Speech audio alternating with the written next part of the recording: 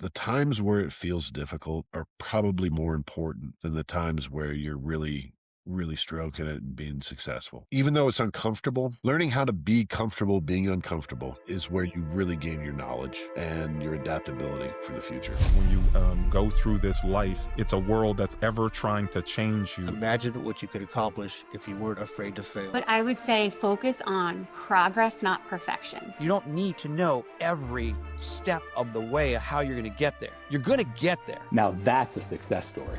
Welcome everybody to this episode of Success Stories. I'm Steve Cross, the host, and today out of Denver, Colorado, we have Tom Berka, the owner of Badlands Distribution. Tom, thanks for taking the time out for us today.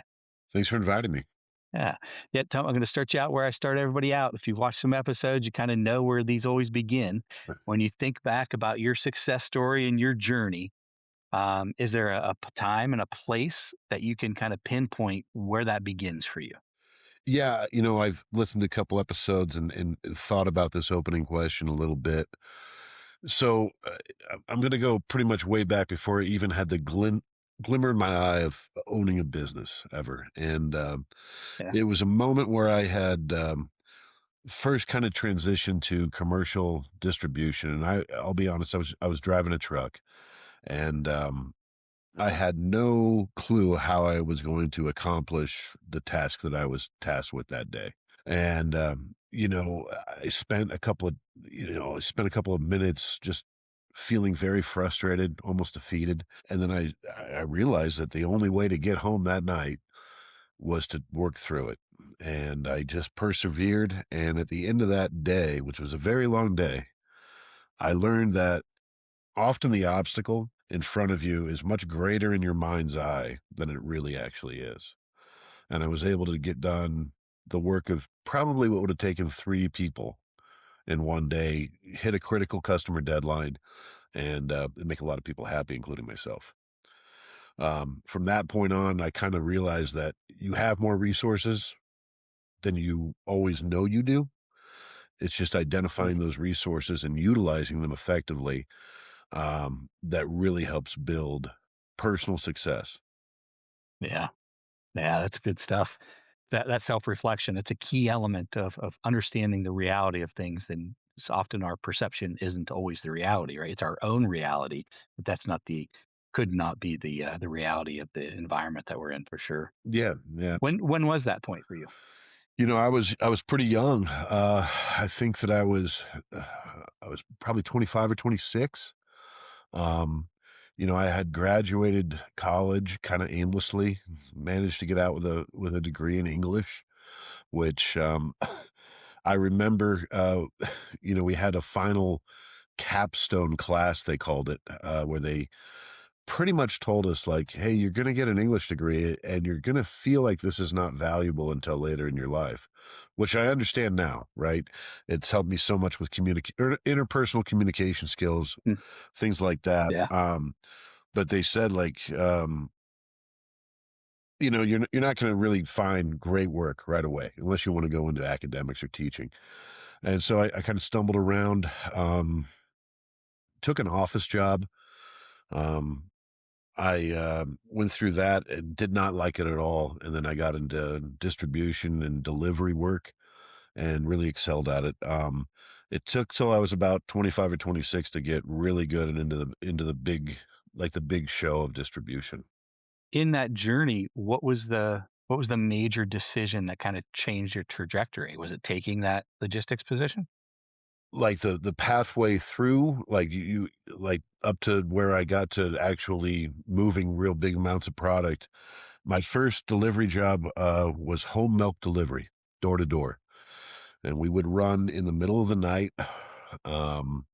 You had to get all your deliveries done by 6:30 a.m. or people would complain because they would be, leaving for work, not get their milk on time. Denver's one of the few major towns in the U.S. that still has home milk delivery at night. It was a I cool. was going to ask about this, not to interrupt you, but that's still a thing? It's still a thing in Denver. Yeah, there's 2 dairies that still do it. Wow. Yeah, we were like milk ninjas, man. I mean, I was in my early 20s. I love It was that. the best shit that I've ever been in my whole life because you had to wind sprint your entire We're route. hustling. Yeah, and, it was just a crazy amount of work, working in the middle of the night just by yourself, after you loaded the Yeah. truck, and, so I started there, delivered a bunch of other things, different delivery jobs, anything from bottled water to hot tubs, got back into the dairy business with a distributor, and that's where I first got into, like, commercial business to business deliveries, and Mm. ramped that employer all the way up from 2 trucks to a fleet of 8 semis that were going all over out of the Denver area. And then we got our opportunity, my partner and I, in 2017, we were given a very generous runway from Unilever to take on distribution, for their products, in North and South Dakota, which there's not a lot of people up there. That was a scary risk to take. Not a lot of mouths to feed, not a Mhm. lot of ice cream purchasers in that area. But that's where we started, and, haven't looked back since. Wow. Wow. So when you kinda contemplated that decision, what was the take me through that decision, of weighing out the risks, the costs, what you might be leaving behind, but also then obviously your future, what you were hoping to achieve. It was, yeah, that's there's a lot in that question.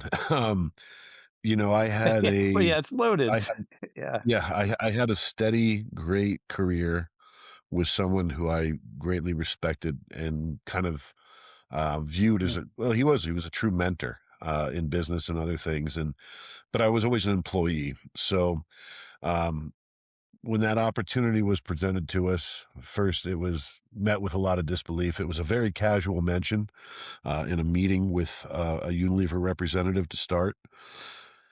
And then, my partner, who was originally from North Dakota, um, at the time, he was pretty much my contemporary in the same business that we were working, and he's like, "Hey, they're serious about this.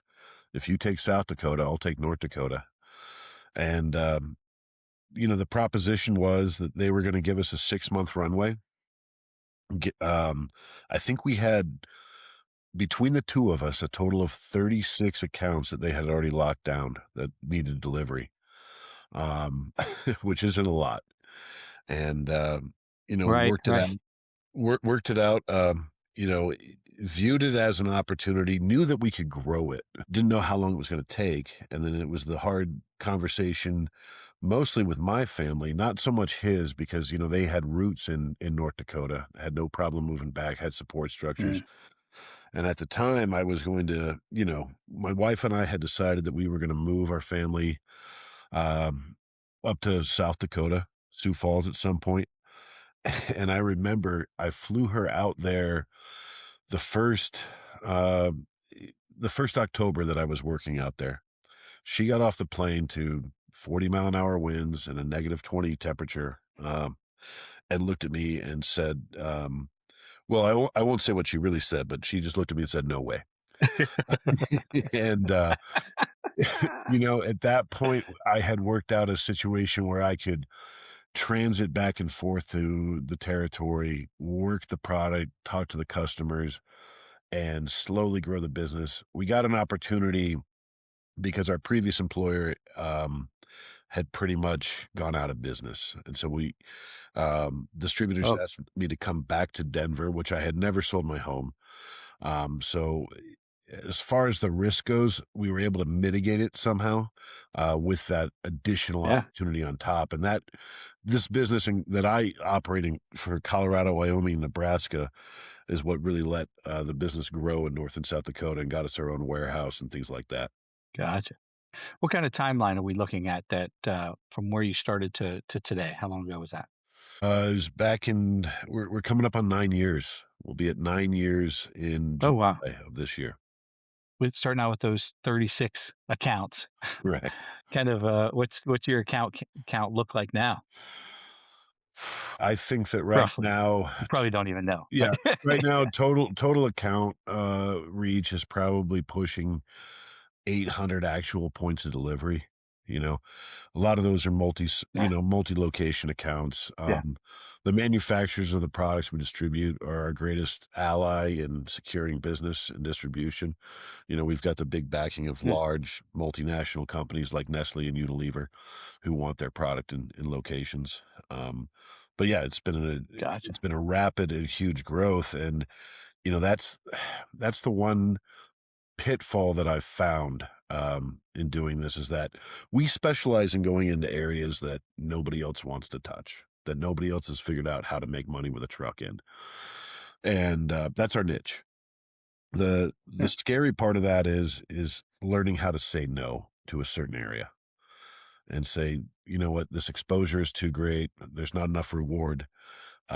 This is not a smart move for the company. And we've definitely made that mistake plenty of times going into areas that we really had no business going into.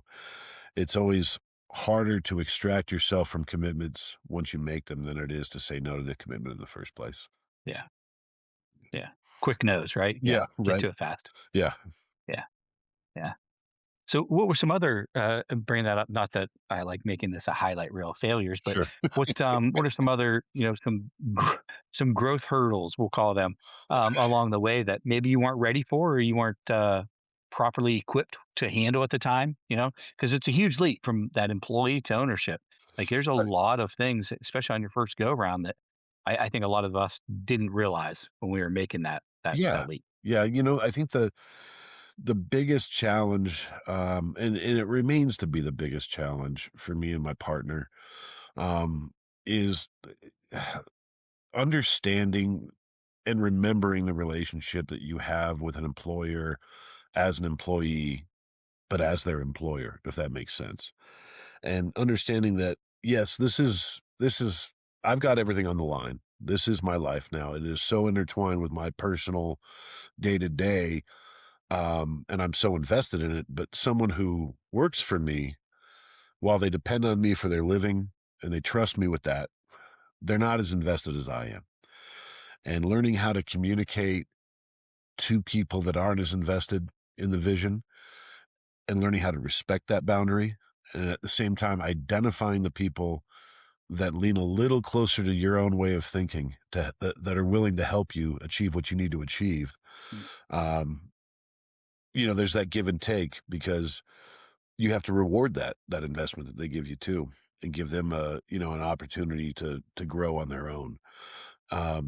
We found so many times that the core personnel of our business, the critical where literally the rubber hits the road is the route driver. And finding a good route driver, I never anticipated was going to be this difficult. So you got to learn how to hold on to the ones that you really, Really? really know are doing a good job for you. Yeah. How many drivers or how many employees do you guys have currently? Full-time employees, I think we have 36. I have a small army of part-time merchandisers that are very critical, that Mm. work product, maintain customer relations in very remote areas, that way I don't have to sink an asset into more than once a week. Yeah, full Generate time. orders, keep the shelves full for these retailers. But I think the total employee count is right around 55 right now. Yeah. When it comes to that growth, that employee count, was was the leadership and the cultural thing difficult to navigate for you, or is that kind of just inherent? Were you able to just jump into that role and go? That's that's another great question. I think a lot of the times, especially as a new or a young business owner, you're so excited when you have a new prospect, and there is a real temptation to more act like a friend than an employer. And so you wanna, make sure that Mm. you wanna it was tough. The tough part of scaling up the employee base was sep just keeping that, like I said earlier, keeping that boundary between, "Hey, I wanna be," you have to learn how not to be a nice guy sometimes. You have to learn how to be, Yeah. and it's just like being a parent, which I found, my daughter's gonna be 18 in about a year now, and learning how to be a parent was the same way. You can't always be a best friend. and that was definitely a challenge, and it remains that way too. So looking at the company right now, what does growth look like for you now? Do you guys control your own growth, You know, or is that basically based upon the manufacturers coming down? I'm not super familiar with your, kind of your dynamics of the company. sure, sure. So growth is something we're always looking at. We do have a very good sales team that goes out and basically cold calls for us, trying to find independent, smaller, single location accounts. As far as the big multi chains, that really comes around through the manufacturers. The growth outlook for the future um, right now is definitely difficult. The last few years has been not constrictive, but we've had to realign what we want to do to make sure that we stay profitable. And I think that a lot of businesses are in the same boat as us during the last few years. Well, where you see most of our growth coming from right now is larger format retailers, such as your large grocers, are starting to again see the value in having a vendor partner come into that store to manage a certain category because they don't have to sink their labor cost into that. And if you get a good distributor to do that, um, you will increase sales in that category quite a bit. And they're starting to come back around. There was a long time where they were all just trying to go to central distribution and things like that. What's something that in the earlier days of the company that worked really well, but you realized didn't scale as you guys grew? Are there some pivots that you need to make with, of how you did your processes, or how you executed? One of the biggest jumps we had to make because we realized the scale wasn't going to go this way is we used to procure all of our product through other distributors. Um, and Oh, meaning that we would kind of partner up with another larger distributor who was in an ancillary area and pay to get that in. And there were advantages to that when we were smaller because we didn't have to expend the cost, first of all, of holding the capital for that inventory or holding the capital for a freezer, which is ridiculously expensive to operate. Um, and we could tailor our product line based on a much larger entity that was expending that capital. However, as you get bigger and want to grow, you learn that you need to be in charge of your product portfolio.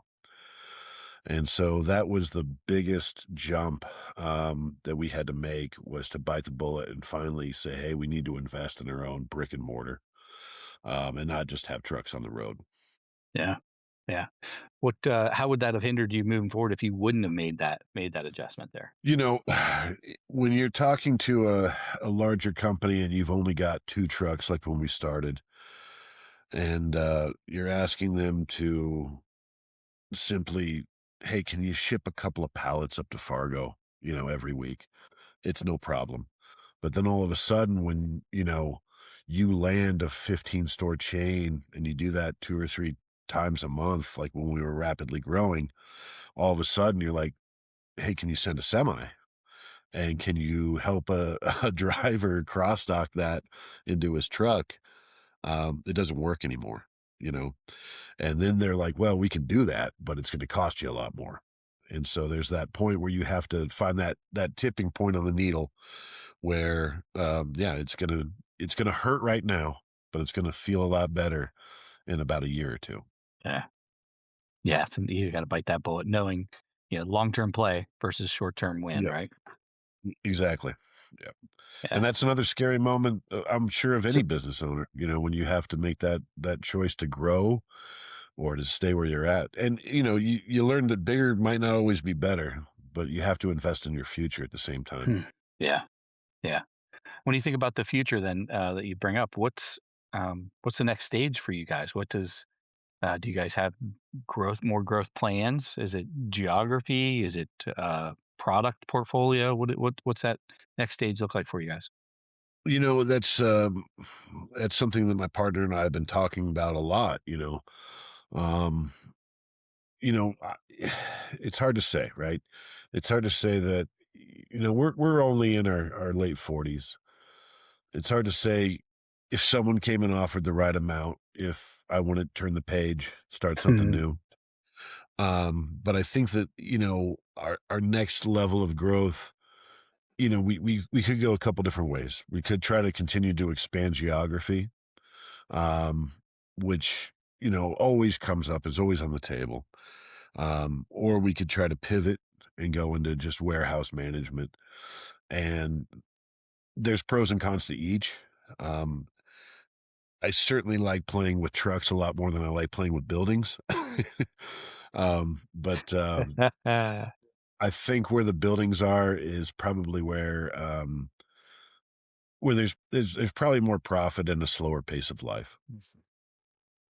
So it's that balance of the personal life and work. That's Right, that's the and main yeah, decider there. exactly, and as we get older and more mature and look to the future, we realize that there has to come a point where we start my partner and I are very hands-on with the business. Our hands are constantly dirtying it. We have Mm, no problem jumping on a truck or in the warehouse, getting things done. We have great people that help us now, but we have to find that point where we do start backing away, and instead of just operating the business, acting more of an owner. yeah, yeah. What do you gotta let go to make that transition? You gotta you gotta have a lot of trust. You gotta let go of a lot of fear. Um, you gotta let go of a reasonable amount of control. Um, and you gotta let go of a little bit of yourself too, because if you keep too much of that in there, you'll just stress yourself way too thin. Because you can't be everywhere at once. You really can't. Yeah. What, is that exciting to you, or is that, make you anxious? I it's Or probably a little both? yeah, it's a little of both. I Yeah. mean, it's exciting knowing that, I've been able to build something that now has a secure future. It's extremely Yeah. anxious trying to think about, if I wanted to retire, what would I do? How am I gonna keep myself busy? And I'm sure, you talk to anybody who's close to retirement, and they'll tell you the same thing I just told you. I'm sure I'll find something great to do if that's what I choose to do. Well, let's look back. We were looking at the future. Let's look back a little bit again. Um, if you could, I always like asking this question just because I think it's a good frame for other people to learn from. But what are some things that you had to learn, but you might have learned the hard way of literally just going through it? Hard lessons, right? I think the hardest lessons that we've had to learn is that if you don't if you don't deliver on what you say you're going to deliver, people don't take you seriously.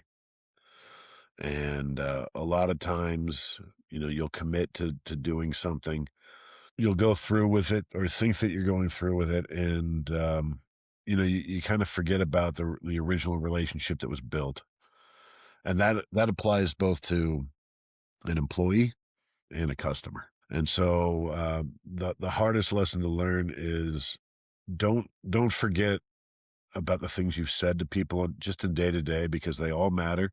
They matter greatly to an employee. They matter greatly to a customer. And if you get so busy or you forget about things, and don't pay attention to the small details that you've promised, it's really the small things that stand out in people's mind more than the big things. And if you just let a couple of small things go here and there, it's not a big deal. But if those start to snowball into something bigger, people will not take you seriously anymore. And you'll lose customers, you'll lose good employees, and you'll lose opportunity. Yeah, for sure. I think there's a quote of like, "Show me a man that can't be trusted to do the small things, and I'll show you a man that can't be trusted to do the big ones." Exactly, right? Yeah, And that's yeah, that's exactly how I would say 95% of people in this world view their any relationship with another business or any service provider, that they have to deal with on a day-to-day basis, either as a consumer or as a business owner or as an employee. yeah, yeah, yeah. Us as small business owners are. I always feel and have felt that my character is what drives the company forward. And if people can't trust me, they can't trust my business, they can't trust my employees. So that's something I always value and make sure that I have complete ownership of, to everyone involved, just like you explained it. Because if you don't have your character, what do you have? You have an empty shell. Exactly. And I think a lot of times people who rapidly scale, a small business or even just start a small business, and I've seen it before, in my own industry and others, people get a little headstrong, a little too quick. They forget about their own character. They forget about the way they got there. And then all of a sudden they're wondering why they're not there anymore. Yeah. Yep. Any other thing that sticks out that you had to learn the hard way, or any lesson, well lived? I think the one thing that I've learned, the best lesson that I've learned, and I listened to quite a few of your episodes, and I've heard other of your guests say the exact same thing, and it really resonates with me. The more I thought about a question like this, is that the times where it feels difficult are probably more important than the times where you're really stroking it and being successful. You know, and even though it's uncomfortable, being learning how to be comfortable being uncomfortable um, Mm, is where you really gain your knowledge and your experience and your adaptability for the future. yeah. Yeah. That's where the real skills are made, I believe. Yeah. Yeah, And a lot of people that have had to live that um, are able to identify that. yeah, And I I feel that, what's your absolutely. take on this? I feel if you haven't lived it and went through it, like, I feel like it's hard to grasp that. I feel like if somebody would have told me that 20 years ago before I started my business, I wouldn't have been able to comprehend it, what that actually means until after you go through it. What are your You're ab- thoughts on that? you're absolutely right. It brings up. There's a lot of there's a lot of allegories, analogies, and even limericks that highlight this. Where they say a smart person learns from their own mistakes, and a smarter person can look at someone else's mistakes and learn them, and learn the lesson from that mistake. And then you get to the point where you're like, "Oh, I'm a smarter person. I can learn from other people's mistakes." But there's always that one thing, and I'm sure there's another one out there. But like you said, until you have to live through it and feel that impulse of uncomfortable pain sometimes and loss to push yourself harder, you're not going to understand what it feels like. You're not going to recognize it. Yeah. Yeah. And you brought up a good point earlier about sometimes that feeling isn't always negative. Sometimes it's the opportunity that's in front of you that you're excited about, and you can't get too outside of ahead of your skis, too outside of yourself, to make sure that you stick to your process and properly vet it out, or go through those steps to not basically you want to escalate through it. So it's not always the negative things. Sometimes it's those positive experiences too. There's opportunities that are on the horizon for you, right? You're absolutely right, and you've gotta that has been, now that you bring that up, that has been one of the other great lessons I've learned in the last 9, 10 years is that when you have opportunity in front of you, not to get too excited. Because if you run your mouth the wrong way or do something the wrong, tell the wrong people, or kind of let the cat out of the bag, so to speak, about that opportunity before it's actually in the bag, you can lose it real easily, you know? And that was one thing too that I had to learn, just owning a business is that don't count those chickens before they come home to roost. I mean, literally, because until that deal is penned and done Yeah. and you've got, a real agreement in hand and are actually doing it, it's still up in the air. There's a lot of things that'll Yeah. sabotage it for you. Yeah, we don't even with my company, we have agreements, we have verbals, we have engagement letters, contracts, but we with our deal system, we don't consider a deal done, and we don't onboard until the cash is hand, until that first payment's made, that deposit check. Then that's Yeah. when, all right, now we can Yeah. celebrate, right? Yeah. Exactly, right? You celebrate too early or you start investing in a new opportunity too early, you're going to be left out in the cold. Let's talk about the dynamic of, you have a partner, right? or partnership? Yes. You know, I'm Mhm. I'm blessed with a partner that I trust like a family member. You know, we talk every day. Um, and for me it's been a wonderful experience. Um, and like Yeah, I said, I don't think that that's common. And I'm very fortunate to I have agree. my business partner Brad, because I've heard way too many horror stories about business partnerships going south, Ah, sideways. so many of them. We think So very, many. yeah, we think similar enough to agree on most things, and we think dissimilar enough to complement each other's point of view and warn each other when we're about to make a mistake. Any words I, of advice on working with a partner or partnership? the best thing I can say is you, if you're going to go in business with a partner, I would advise anybody, make sure you already have an operating, which means you've worked with this person in that industry before, relationship. Advice. Yeah, Yeah, because then you've seen them in their element, right? exactly. And you know their capabilities and their downfalls, which is important. And it's Yeah, important for them to know that about you too. because we all have them, but you got to own them. You got to understand them, and then be able to navigate that partnership around those or with those to be able to complement each other. I'm sure. Exactly. And have the courage and the type of relationship where you can call somebody out when they're out of line. And I'm not just, out of line covers a huge spectrum of things. I'm just talking about, hey, look, this is not a good idea. This is, having the courage to say that to somebody. Yeah, and understanding that with your partner, it's going to land okay. Well, right. And that's a big trust thing. You're talking about the type of relationships most people have with their families, or ideally do. And you're Yeah, asking someone to engage in that when there's literally, people's livings, futures, and money on the line. And that's the other thing that I would advise people, just from personal experience. A lot of people make this work, and I respect that. At least for me, be very wary of blood in the business. I have not had good mm, experiences working with family because it gets way too personal, and it doesn't land on the good side when there's a yeah, dispute that needs to be resolved. yeah. Yeah. Yep. Yeah. I agree. So let's talk about any other words of wisdom that you have for somebody wanting to make that leap into entrepreneurship or somebody navigating a partnership. Any words of wisdom that you have? Don't be afraid to fail. We all fail. We all stumble. That's where we learn.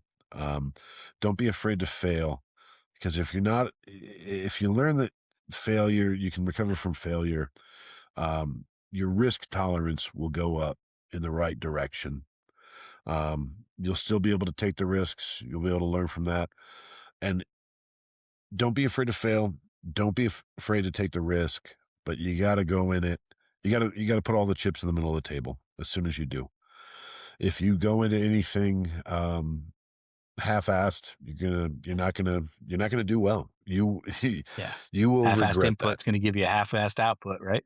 Exactly. And I've got a lot of friends that are the best analogy that I always heard. I've got a lot of friends that are much smarter than I am, that deal with programming of AI and all sorts of things now. And they have a saying called GIGO: garbage in, garbage out. That's what you can expect. So if you're going to put garbage into it, you're going to get garbage out of it. Well, Tom, I appreciate you being on today. Where can people learn more about Badlands Distribution and maybe follow along with you? Are you active on any social platforms or website or anything? We do have a website, Badlands Distribution, all one word.com. Feel free to check us out there.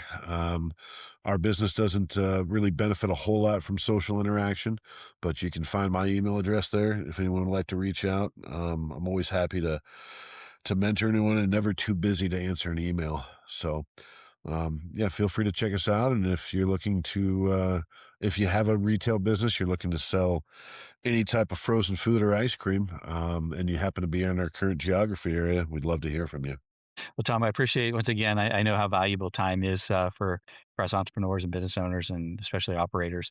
So I appreciate you taking the time out and share some of your story and peel back the curtain, shed some light on your journey for a lot of people out there. Thank you very much. Thanks for the opportunity, and have a great day, guys. Thank you.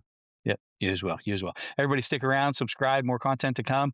Go check out Tom over at Badlands Distribution if you're out there in the Colorado, Dakota. And what all states do you cover? We are in Colorado, Wyoming, a little bit of New Mexico, Nebraska, South and North Dakota, and western Minnesota. So it's a big area of beautiful, wide open spaces with not many people. That's a wide range. So there you heard it from Tom himself. If you're in the area, check him out and subscribe. Stick around for more content. Thanks for tuning in.